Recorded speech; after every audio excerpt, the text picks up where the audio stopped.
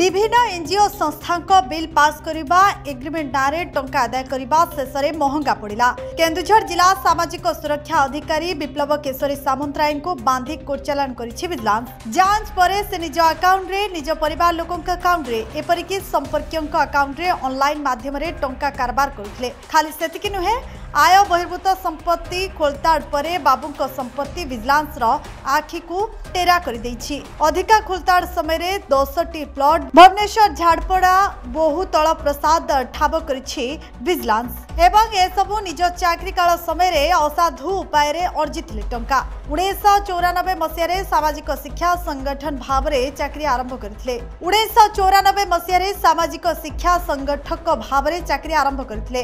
आसंता वर्ष 26 जुलाई रे अवसर नहीं थांते ता पूर्व विजिलेंस जाल रे छंदी होइछंती।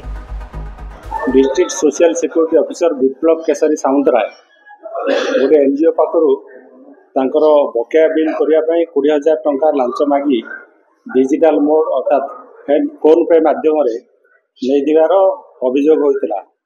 एही अभियोग आधार रे vigilance cell PS case number 11/2025 रुजु करी आमे तदंत करथिलु। तदंत समय रे फोन पे ट्रांजैक्शन बैंक अकाउंट जांच करिवारे जाना पड़ला जे बहुत गुड़े टंका फोन पे माध्यम रे एनजीओ एवं व्यक्ति विशेष ठारू तांकर अकाउंट में आसी जहाँकि आमे से बटी आदाय करथिबा संदेह करी ताको तर्जमा करछु। झारपड़ा थिबा घर मदनपुर रे थिबा घर फार्म हाउस इत्यादि जगह रे खानतलाशी करथिलु। खानतलाशी बेले हम तांकर झारपड़ा 3 महला कोठा मदनपुर रे थिबा घर फार्म हाउस एवं 10टा प्लॉट थिबार जना पड़छि जहाँकि बर्तमान वेरिफिकेशन स्टेज रे अछि। तदंत परिसरभुक्त